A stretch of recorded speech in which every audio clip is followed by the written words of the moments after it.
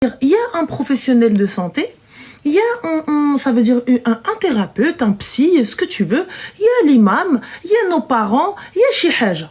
Le muhim, on fait quelque chose. T'as besoin, khoya, d'aller évacuer ton stress, t'as besoin de faire quelque chose. Il n'y a pas de souci à Wildness. Va avoir quelqu'un, va faire quelque chose. C'est tout.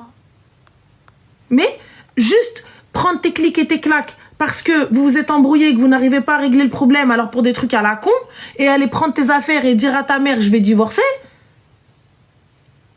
Non, en fait, moi, franchement, je pense pas ça. Je me dis vraiment, est-ce que je suis prête dans 5 ans, ça va être quoi, en fait? Oui, mais c'est pas ça, ma chérie. Tu cherches. En fait, là, aujourd'hui, si tu m'appelles, c'est parce que tu cherches une légitimité à ta séparation.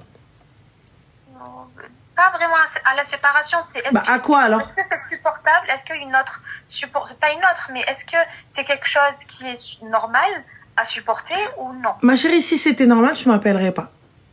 Parce que tu aurais demandé autour de toi et tu vois autour de toi. Tu sais que c'est pas normal. Tu sais qu'il y a beaucoup de choses. Et là, aujourd'hui, tu cherches une légitimité à ça. Tu cherches des excuses, entre guillemets. C'est pas, attention, c'est pas des excuses parce que c'est une vérité. Tu vas pas pouvoir supporter, tu vois. Mais tu cherches quelque chose, en fait. Tu cherches, oui, mais regarde, mais même les autres, ils ont dit. Mais justement, vous êtes dans le début du mariage. Donc, étant donné que ça ne se fait pas et que c'est pas normal, donc il va falloir qu'on règle ça. Si vous n'arrivez pas à le régler, tu ne supporteras pas. Et la finalité, ce sera la séparation. Parce que tôt ou tard, il y en a un de vous qui va craquer. Ouais. Tôt ou tard, il y en a un de vous qui va insulter l'autre. Par exemple, quand je veux lui dire, oui, la dernière fois, quand on s'est embrouillé pour tel truc, tu te rappelles, me dire, oui, mais toi aussi, t'as crié, tu t'es excité, ça, alors que pas vraiment. Et des fois, je me dis, il faudrait vraiment que j'enregistre nos embrouilles, parce que j'ai l'impression qu'il se rappelle, il a toujours, même quand il n'y a pas eu des mots, il va me dire, oui, mais c'est toi, t'as parlé fort, tu t'es excité, t'as crié, du coup, tu vois ce que je veux dire? Donc, j'ai l'impression qu'il Mais quand bien même j'ai parlé fort, quand bien même, il n'est pas dit que je dois fermer ma gueule et dire amen à tout parce que sous prétexte que tu bosses, sous prétexte que tu fais tout et n'importe quoi.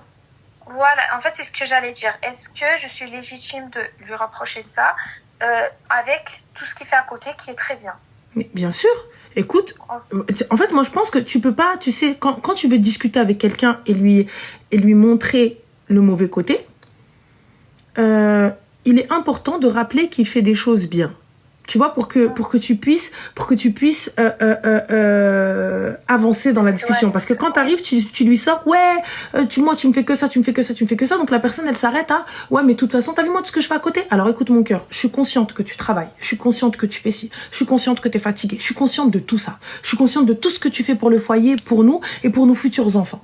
Je suis super consciente, reconnaissante, mais j'ai pas besoin de te dire amen et merci tous les matins en t'embrassant une main et un yep, tu vois. Mais je suis super reconnaissante et consciente de ce que tu fais pour nous, pour moi, pour tout ça. Mais maintenant, on va se poser et voilà ce qui va pas.